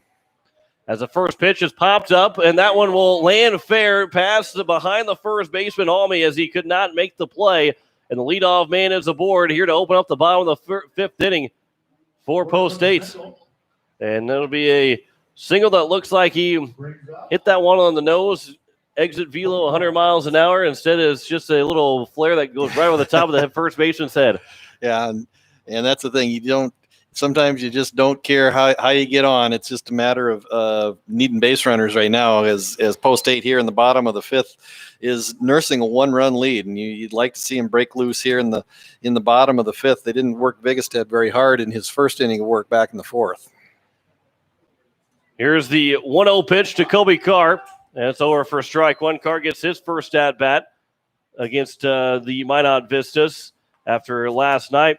He went 0 for 2 with a walk and 2 strikeouts in that game that ended in the top of the seventh, with Minot winning 13-9 due to weather that was hitting the Pierre Fort Pierre area. Looks like there's some activity down in the Pierre bullpen. I think that's Matt Lusk down there getting warm, kind of the guy who has sort of become the Post 8 closer, and probably would make some sense that Lusk would be up and getting warm in a 1-run ball game here in the bottom of the fifth. The 2-1's a swing and a miss. Now 2-2 to Kobe Carr. Vigestead, he was able to draw a walk in that fifth inning, which lowered the bases. He had second and third, but trying to help himself on the mound as the 2-2 is over for strike 3, and Carr will look at that one. And it's a strikeout looking for Vigestead, his first of the ball game, and that'll bring up A.J. Gaden, the cleanup hitter, who is 2 for 2 so far with a single and a double and 2 runs driven in. He's got right now what would be the game-winning hit back in the bottom of the third on the 2 RBI double that drove in both Keenholz and Coverdale. That one's popped up, coming over here, going to be land right in front. Oh God! I got off the thumb. Couldn't see it come down and end up popping up, and it got me on the thumb. I wasn't ready for that reaction to come up here. I missed the chance of making that play. I don't like that awning being right above us. Can't really see anything. There's my chance, Greg. There was my chance. You wanted that one foul ball. And there's a ground ball to the right side, fielded by the second baseman, back in and flipped to second for 1, and not in time for first, and it goes down as a fielder's choice, and there's now 2 down here in the bottom of the fifth inning. I'm going to have nightmares about that ball coming to me that I didn't make the grab. Yeah, the awning is there for protection of the windows up here in the press box, but it really limits your ability and limits your vision in terms of trying to field any foul ball that comes this way. Oh, man, almost had it. Here's Matt Lusk, who was warming up in the bullpen, and now he will watch ball 1. The throw it back to first, and A.J. Gaden unable to make get back in time. Ryan Kruger has texted me and says, 2 hands when you're learning. And you're exactly right. I only had the one hand that I made the play off the thumb. So still learning to catch the ball every once in a while. Gaden will take off for a second. The throw was a good one, but it was not fielded cleanly by the second baseman. One hop to Razika. Did not field it cleanly. Maybe trying to put that tag down before he actually caught the ball. And A.J. Gaden is into second with a stolen base and in scoring position here with 2 down in the bottom of the fifth inning. Boy, I'll be thinking about that one for the rest. Might be thinking about that one for the rest of the week. Yeah, you may be having dreams and or nightmares about that one. Here's the 2-0 pitch to Lusk. That one is outside now, 3-0. Big at bat here for the Eights. If Lusk can deliver a base hit with Gaden on at second and 2 out, he'll be moving on contact and would likely score on any base hit. Here's the 3-0, and Lusk will look at it for ball 4, a 4-pitch walk, and it's now first and second with 2 down. And that'll bring in Jack Van Camp. We're going to drive in another run. He drove in that second run for Post 8, which gave them at that point a 2-1 lead. Might not tied it up in the top of the third before Post 8 had a 2-run double from A.J. Gaden. That one's outside to Van Camp, and that's 5 straight misses now from Vigestead. And depending on where this pitch comes in here, if it's another ball, you would think that then Van Camp will have a red light until he throws him a strike. Here's the 1-0 pitch. Van Camp will watch that curveball drop below the zone, and it's now 2-0. And would expect, unless that pitch is right down the middle, Van Camp will let this 2-0 pitch go by. And it's upstairs 3-0, and most definitely will let this pitch go across, as it's now 7 straight misses from Vigestead. We talked about Vigestead having some knee issues. That's why he doesn't catch, but he doesn't seem to be having any issues with his knees on the mound today. And the 3-0 is missed, and that's back-to-back 4-pitch walks. And the bases are now loaded for Jake Mayer. And the bases are loaded here with 2 down. A.J. Gaden tripping over third base, making his way. He slid in safely into third on the walk. Here's the first pitch as Vigestead will work for the windup, and Mayer will pop up the first pitch, and it'll be fielded by the shortstop. He'll make the catch and retire the side to end the bottom of the 5th inning. No runs on 1 hit in the inning, no errors, and 3 men left on base. We have played 5 full innings, 4-3. Post State leads by 1. You're listening to Post State Baseball on today's KCCR and today's KCCR.com.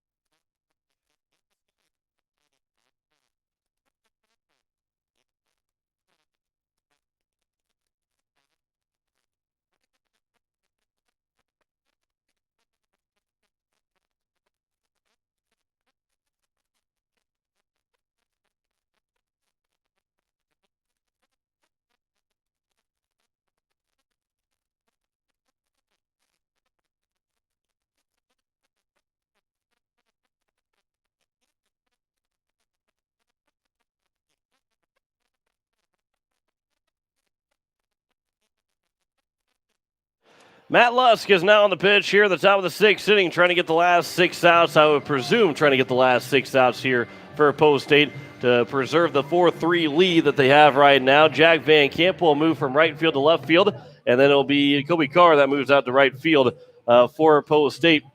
As Greg, I'm starting to run out of room here with all the changes that have been made here in this ball game. It's looking a little confusing on to the someone just walking in going, how does this guy even know what he's talking? This guy doesn't know what he's talking about, which is true most of the time anyway. But my sheets are getting a little bit crowded even for me to understand. What you're saying is your score sheet looks like some Egyptian hieroglyphics. Is what you're saying? Yes, and well, I don't know. That's a little mean to the Egyptian hieroglyphics. First pitch is a miss for ball 1 to Trenton Greek, who is 0 for 2. It'll be 7, 8, 9. Trenton Greek, Aiden Almy, and Caleb Rain to lead things off as Matt Lusk will deliver the 1-0 pitch to Greek upstairs, now 2-0. Lusk on for the 7th time this year, 1 start. Other 6 appearances have all been in relief, 15 innings pitched. He is 1-0 on the year. He does have 3 of the 4 saves for Post State so far this year. 5 runs allowed, 4 of them earned, 12 strikeouts, and a 1.87 ERA on the year. Count is 2-1. Fouled back to the screen, now 2-2. As Matt Lusk is looking as he's the 4th pitcher of the game for Post State and looking to be the 4th and final pitcher of the game for Post State. And you talked about when he was warming up in the bullpen back in the bottom of the 5th inning, the 2-2s upstairs, now 3-2. He has become the closer, stepped in that role as a closer. And if you need 6 outs, you can go to him. If you need 3 outs, you can go to him. It doesn't really matter how many outs you actually need. The 3-2 is missed low, and it will be a leadoff walk. And I want to preface that with that we're not saying he's going to get the save in this game. We're not saying that's 100% guaranteed, because then we'll look like fools up here if it doesn't happen. But he is the closer, and Coach White goes to him in a close game late in a ball game. Pickoff attempt, diving back in safely is Greek over at first base. And Post State's had some very good closers over the years. You can go back to Cooper Walton about 5-6 years ago, and then he handed the ball to Quinn Reimers. And they've had some guys who can really bring the heat late in the game. And Almy will drive one out to right center field. That one's all the way to the wall, rounding third, trying to score. and it will be now a 4-4 game. Almy is tagged out at second, trying to get back to the bag.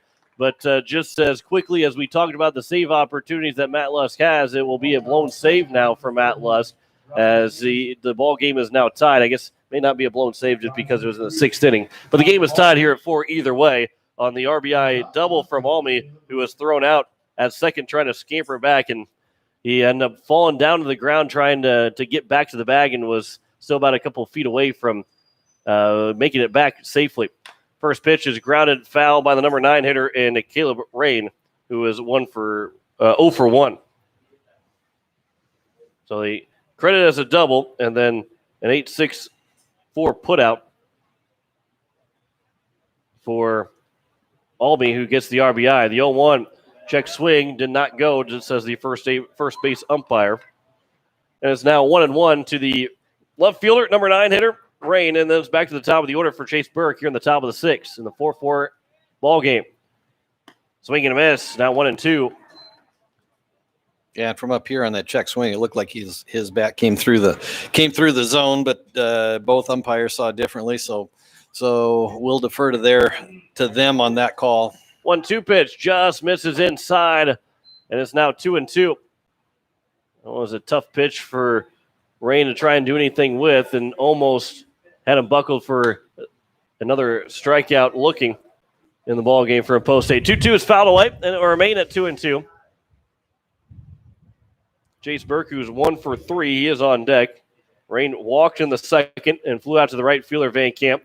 The 2-2 misses upstairs, and now it's a 3-2 count. And trying to avoid his second walk of the inning as Matt Lusk. Here's the 3-2 pitch. That one is outside, and it's the second walk issue.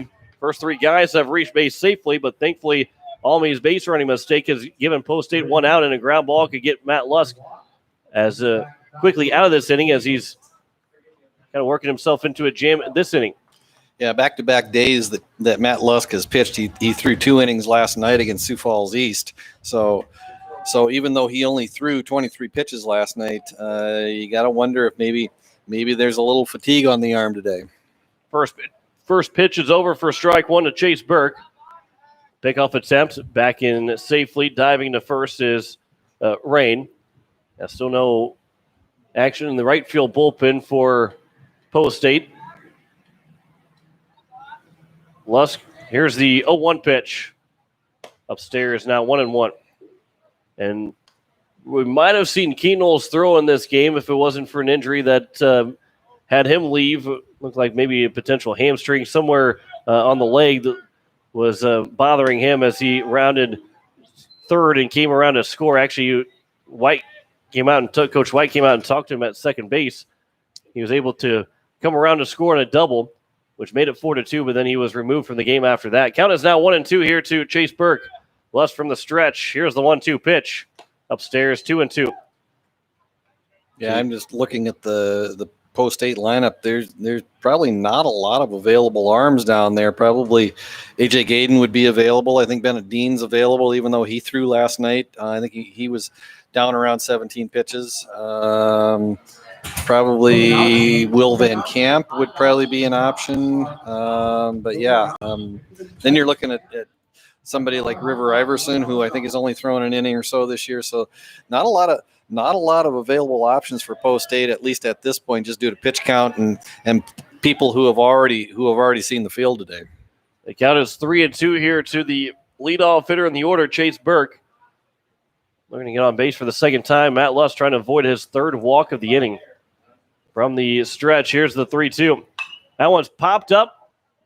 And it's on the infield. A.J. Gaden will come all the way to home plate and is not going to make the catch. Cade Hinkle unable to see it. Never found it. And Gaden thought maybe be able to find that ball, and he came storming in and could not make the catch. And that one's really tough, especially with no clouds in the sky. We're sitting just a little after 1 o'clock, near 1:30. That sun makes it even harder to see the ball. And then when you're trying to stand straight up and it's right above you, boy, that's a tough one for Hinkle to see. Here's a 3-2 pitch again. That one's fouled back, and it'll remain at 3-2. Yeah, and that's unfortunate for Post State because as good a catcher as Kate Hinkle is, sometimes that ball just gets lost in the sun because actually where the ball came down was only about 15 feet up the third baseline. So really should have been a play that Kate Hinkle should have made. Here's another chance for Hinkle. This one he will not make the catch either as he started to backpedal and landed foul, and it remains at 3-2. And two tough plays popped up at home plate. I think one Hinkle didn't see, and that other one had him backpedaling, and a third extra life here for Chase Burke. Yeah, and that's a play, like I said, we see Kate Hinkle make 99 times out of 100. It's just right now that's a tough sun that you're having to deal with on back-to-back pop-ups just right around the home plate area. And truly there is no cloud. I do not see a single cloud in the sky. 3-2 pitch is missed outside, and it's a third walk issued in the inning, and it's first and second here with one down in the top of the sixth inning. Here's Hunter Azika, who is 2 for 3 with a triple and a single. He came around to score both times. A ground ball could get you out of the inning, though. All four guys have reached base against Matt Lusk, but Almy was retired at second. Showing bunt. Pulls it back and taken for ball one. Probably the difference in the game right now is the 3 errors that are on the board for Post State. They've opened up some opportunities for Minot to put some runs on the board. That one's fouled out of play on the right side, and it's now 1-1. Love to see a ground ball, maybe the second baseman Mayer to start a 4-6-3 double play, or a ground ball right back to Lusk to start that double play again. Here's the 1-1 pitch. Upstairs now 2-1. Outfield straightaway, that wind blowing out towards right field. The windiest we've seen it in several times here at Hyde Stadium. Here's the 2-1. Swing and a miss. And it's now 2-2. And a strikeout would be big right here for Matt Lusk. With Derek Nygaard, the number 3 hitter, on deck. Here's the 2-2 from Lusk.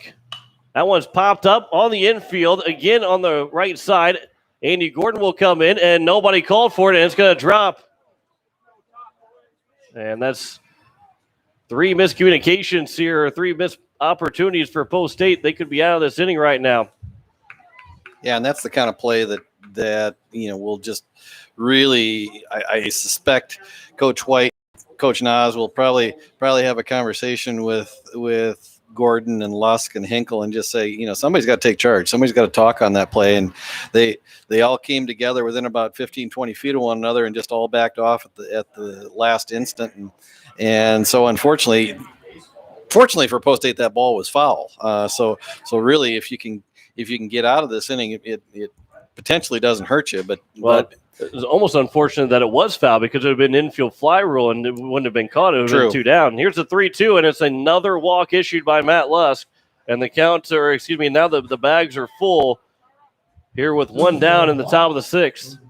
And Minot is on the doorstep of reclaiming the lead that they had back in the top of the first inning.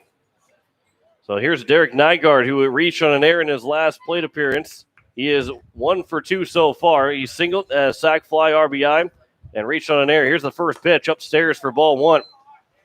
And when Lusk has been missing so far today, he's been missing high. I mean, he's going to have to make an adjustment to get that ball lower into the strike zone.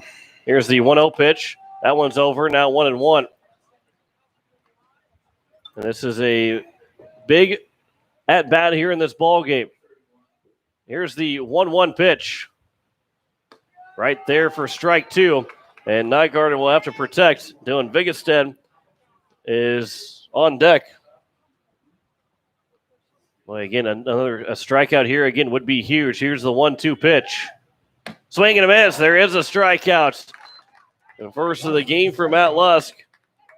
And now anywhere in the field could end this inning and avoid a catastrophe. And this ball game could remain tied. Here's the first pitch to Dylan Vigestead. He'll foul it back to the screen. And it's 0-1. Vigestead so far, he is 0 for 2. Reached on an air, flew out to the left fielder and walked. His 3 trips to the plate. Lusk will work from the windup here. The base is loaded. Here's the 0-1 pitch. That one's fouled back again, and now Lusk a strike away from getting out of this inning. Yeah, probably the pitch of the game coming up right here for post 8. 4 walks in the inning and a double has this game tied at 4. Bases are loaded with 2 down. Count is 0-2. Matt Lusk from the windup. Here's the 0-2 pitch. Swing and a miss, and Matt Lusk will strike out the next 2 guys. And what a job by Matt Lusk to avoid an absolute, what could have been a catastrophe in this inning. Only 1 run scores on 1 hit. 4 walks in the inning, no errors, and 3 men left on base. We head to the bottom of the 6th, and somehow we are tied at 4 apiece between Post 8 and Minot. You're listening to Post 8 Baseball on today's KCCR and today's KCCR.com.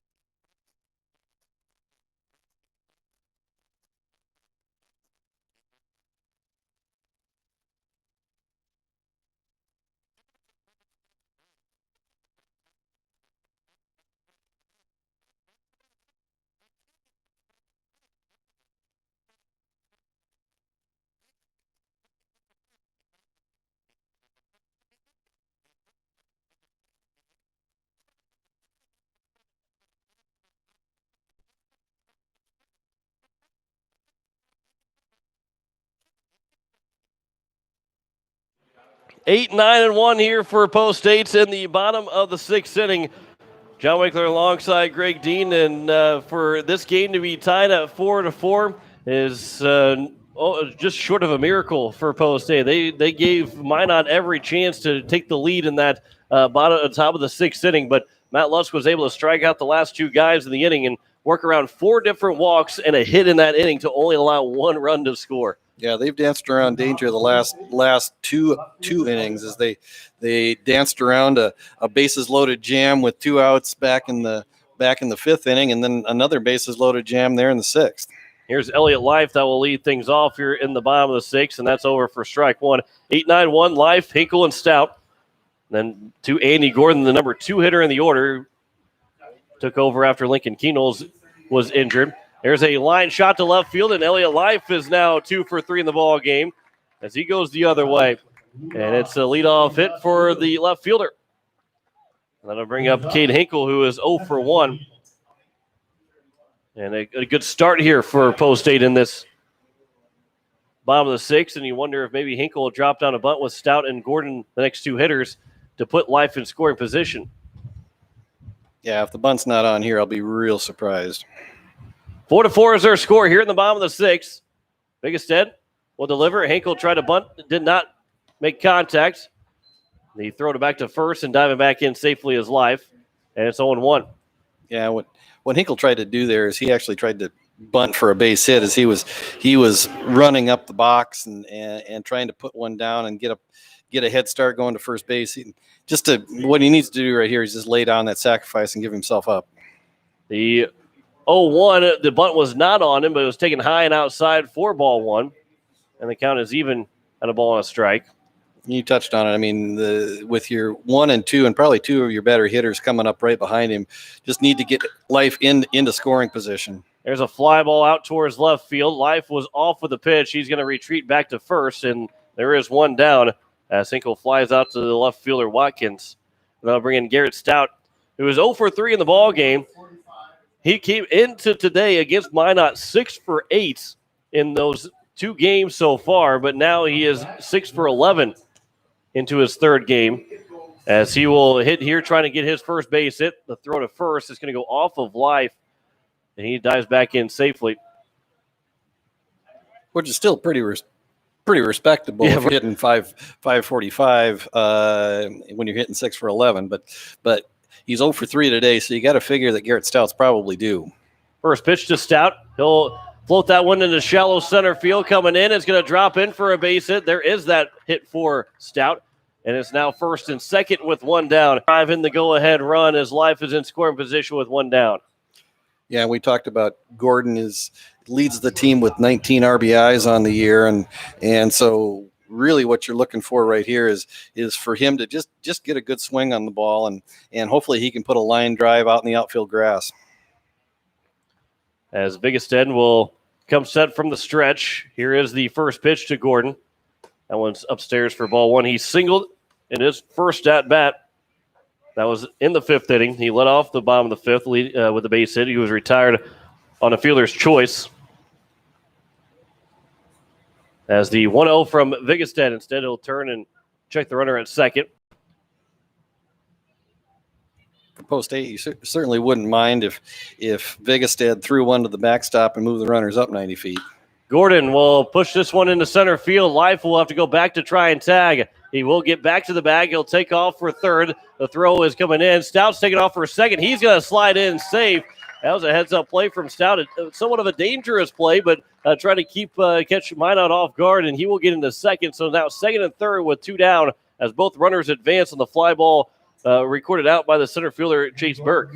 Yeah, I mean, it's a heads-up play if it works. Right. You know, if it doesn't work, then you probably get a talking to from the coach. But he was able to slide in just ahead of the tag, and now the Eights have two runners in scoring position with two outs, and we'll see if Kobe Carr can deliver a big base hit at this point in the game with two outs in the bottom of the sixth and the score tied at 4.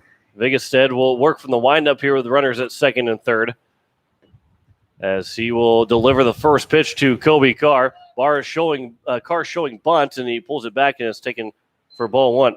He struck out looking in his only at-bat so far. He did not play in the Minot tournament. He had been on a mission trip to Mexico, so this is his first chance, second game now, to face Minot. He'll try and bunt for a base hit with two down. Nobody is covering first base. The throw is not going to come at all, and Kobe Carr is going to 2 outs, bunt single in the bottom of the sixth inning, give Post State a lead 5-4. Yeah, and it was kind of a safety squeeze. It really wasn't a suicide squeeze because Life was not coming down the line with the pitch, and Carr just actually kind of bunted the ball right back at Vigestad, the pitcher, and Vigestad first thought about coming home and a little bit of indecision, and by the time he decided to go to first base, he realized that Rizika was not even covering first base, and so the Eights get a break. First pitch is upstairs. Carr takes off for second. He'll get there without a throw, and that was that's a gutsy move to bunt with two outs and the tying run, the go-ahead run in scoring position, and Carr was able to pick it up, put it down the line, and Rizika, by the time he got to first base, was in no position to make the catch, and Vigestad didn't even make a throw. So it's now a 2-0 count to A.J. Gayden, trying to, with a base hit, could drive in two more runs. Now it's 2-1. Gayden is 2 for 3 with 2 runs driven in already. He singled in the second and also doubled in the third. Carr, the future Dakota Wesleyan Tiger football and track recruit. 2-1 has popped up on the right side into shallow right field. The second baseman, Rizika, will call for it to make the catch and retire the side here in the sixth inning. But Post 8 does score 1 run on 3 hits. They have retaken the lead 5-4 in the bottom of the sixth inning. No errors in the inning, and 2 men left on base. We head to the top of the seventh. Matt Luss trying to close it down for Post 8 and pick up a win over Minot in the single 7-inning game. You're listening to Post State Baseball, and today it's KCCR, and today is KCCR.com.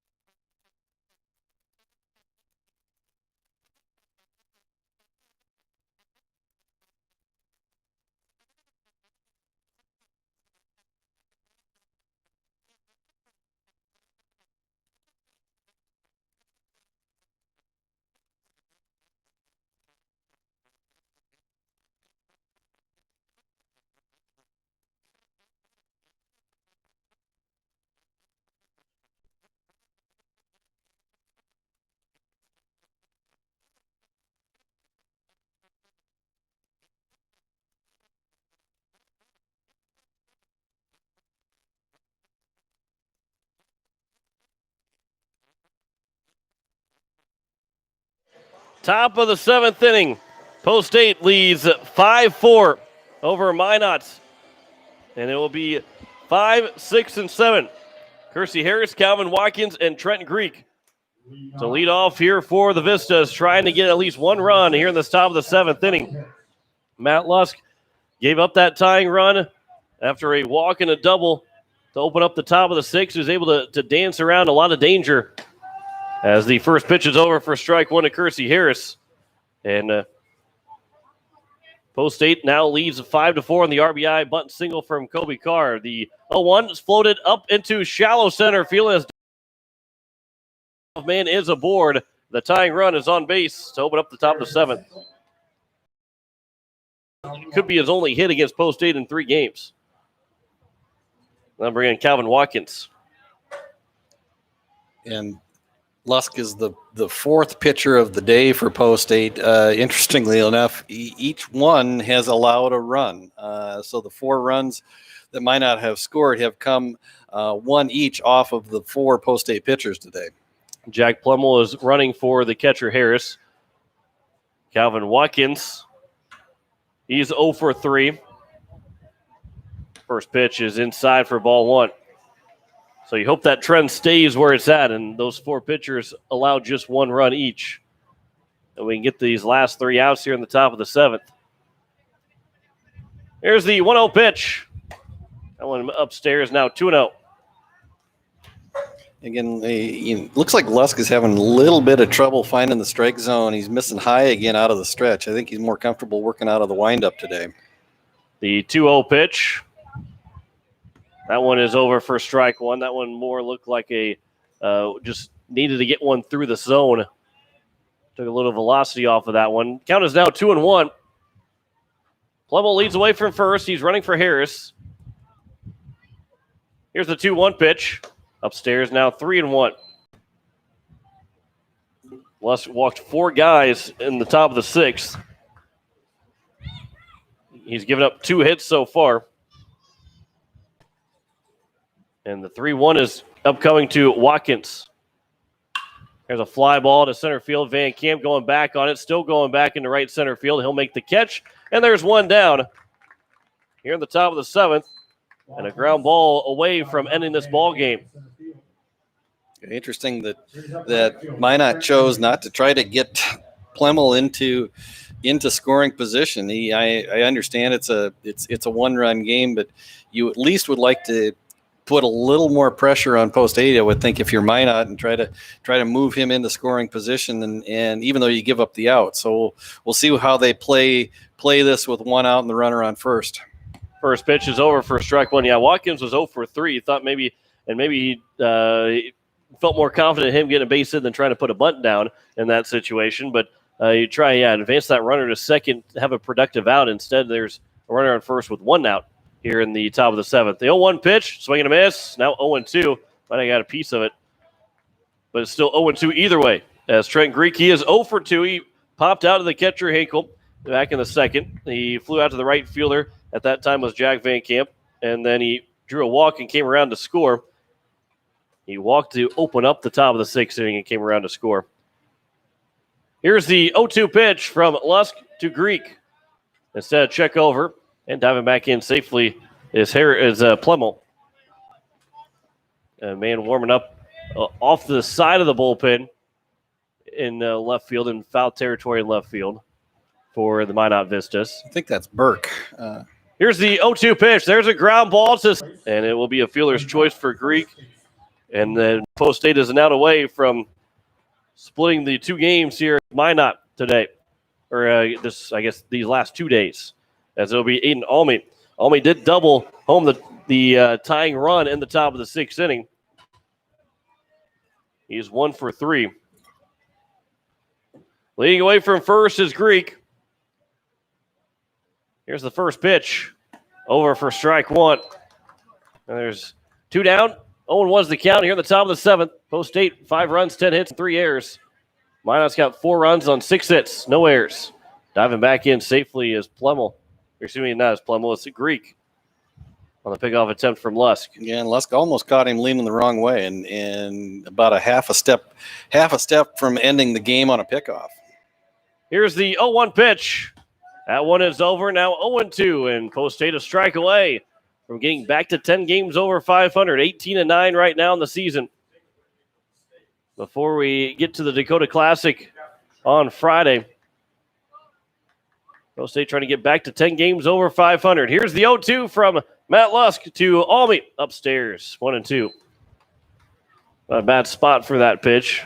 See if he can get him to chase on a pitch out of the zone. Yeah, good credit. Holding on that pitch. Sometimes as a hitter, when you get a pitch up in the zone, it's awful tough to lay off, especially when you're trying to protect with 2 strikes. Here's the 1-2 pitch. Outside, now 2-2. And now what you want to do if you're Matt Lusk, you just want to go out and challenge the hitter right now. You don't want to get too fine. You don't want to nibble too much. You just want to go out now that the count is 2-2. You don't want to dance around, possibly end up in a 3-2 situation or a potential walk. Here's a 2-2 pitch, swing and a miss, and down on strikes for the third time goes Almy, and that's the ball game. As Post State will win it 5-4 over the Minot Vistas, and they split the 2 games here this week, and Post State goes 2-1 over Minot this season as they take the rubber match of the 3 games here against the Vistas this year. They win it 5-4 here in this afternoon ball game. We'll step aside for 2 minutes, come back to wrap this one up. You're listening to Post State Baseball on today's KCCR and today's KCCR.com.